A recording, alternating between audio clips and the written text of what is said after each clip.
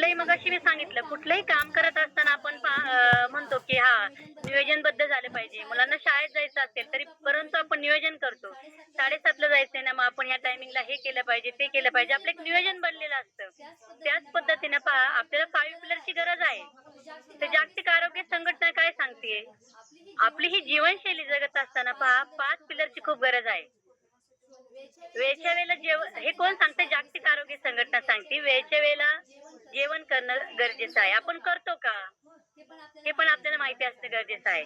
तर सकाळचा ब्रेकफास्ट हा सकाळी 7 ते 9 या वेळेत घेतोय का? दुपारचं जेवण असेल तर 12 ते 2 या वेळेत घेतोय का?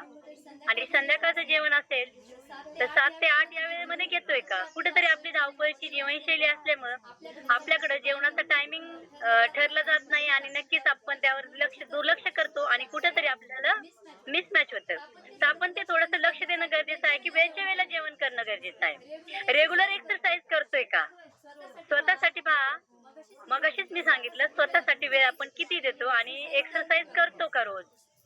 तर एक्सरसाइज केल्यामुळे काय होतं पहा, आपल्या शरीरातले हॅपी हार्मोन्स हे सिक्रेट होत असतात आणि दिवसभर आपल्याला एनर्जेटिक वाटतं, फ्रेश वाटतं, एनर्जी लेव्हल टिकून राहते आपली.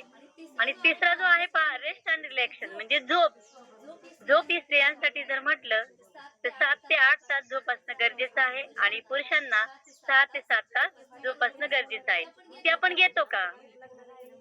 तर नक्की स्वतःला विचारायचं आहे, आपल्या कोचची मदत घ्यायची आहे आणि संध्याकाळी जर म्हटलं तर पहा, ज्यावेळेस आपण 10 ते 12 या वेळेस झोपलेला असतो, त्यावेळेस हॅपी हार्मोन्स म्हणजे पहा जो सेरोटोनिन आणि डोपामाइन हा हार्मोन सिक्रेट होत असतो.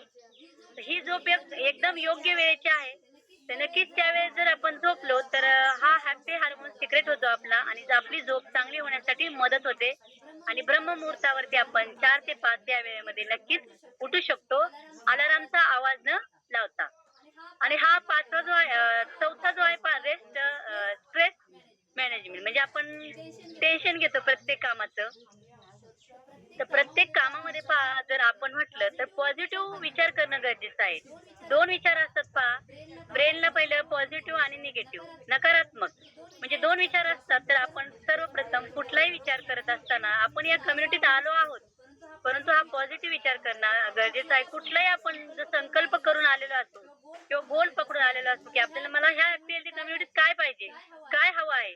तर आपण हा सकारात्मक जर विचार केला, तर नक्कीच पहा आपला हा गोल कंप्लीट होणार आहे.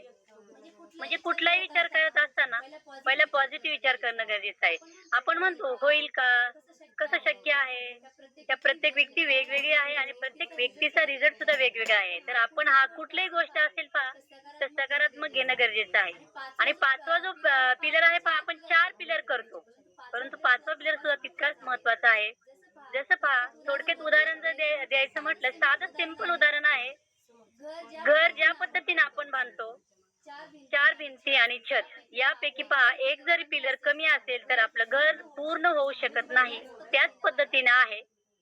आपले हे 4 पिलर झाले, परंतु हा 5वा पिलर जो आहे बॅलन्स न्यूट्रिशन म्हणजे सकस, संतुलित, सात्विक, पौष्टिक असा आहार आपण घेतो का? आपण डिशभर घेतलं आणि नक्कीच पहा ताटभर घेण्यापेक्षा डिशभर जर घेतलं, परंतु त्यामध्ये प्रोटीन, व्हिटॅमिन, मिनरल्स, कॅल्शियम आहे का? फायबर आहे का? हे जर आपण आपल्या कोचच्या मदतीने जर विचार करून घेतलं किंवा विचारून जर घेतलं, तर आपलं हे ताट बॅलन्स न्यूट्रिशन होणार आहे. म्हणजे सकस संतुलित आहार म्हणजे प्रत्येक आपल्या ज्या अन्नामध्ये आहे, त्या अन्नातून पोषक तत्व आपल्याला मिळणार आहेत. येस, हे झाले 5 पिलर. हे जर 5 पिलर आपण जर फॉलो केलं, तर नक्कीच आपल्याला पहा आदर्श वजनावरती येण्यासाठी मदत होणार आहे आपल्याला या 5 पिलरची. तर आता हे झाले 5 पिलर. परंतु पहा आपण हे 5 पिलर करत असताना हा आपला जो अन्न पचवायची क्षमता आहे, ती प्रत्येकाची वेगवेगळी आहे. कॅलरी मॅनेजमेंट म्हणतो आपण त्याला. आपण जर आपला फिटनेस रिपोर्ट जर आपल्या कोचच्या मदतीने जर काढला असेल, तर आपल्या पहा प्रत्येकाची कॅलरी म्हणजे नक्की काय पहा. जसं पहा आपण साखर किलोमध्ये मोजतो, दूध लिटरमध्ये मोजतो.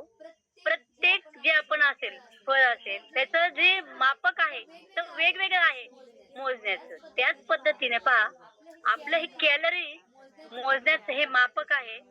आपण त्याला आरएम म्हणतो.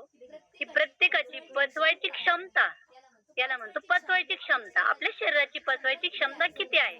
तर लेडीज साठी 1600 ते 1800 असते.